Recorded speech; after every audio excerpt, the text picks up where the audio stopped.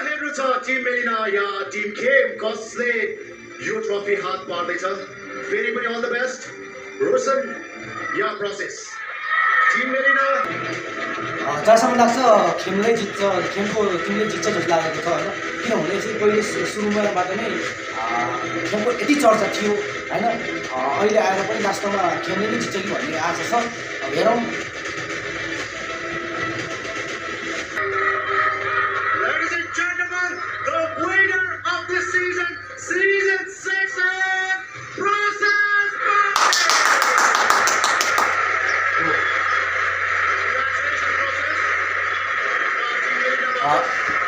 मैले भन्दै थिएँ नि खेमको टिमले नै जित्छ भनेर किनभने खेमको यति चर्चा थियो जुन नयाँ कोच हुँदाखेरि नै र अहिले पनि झन् विनर बनेको हिसाबले त झन् यति चर्चा भयो होइन त्यही भएर खेमले नै यो द भोइस अफ सिजन 6 को अफर जित्न सफल भएकोमा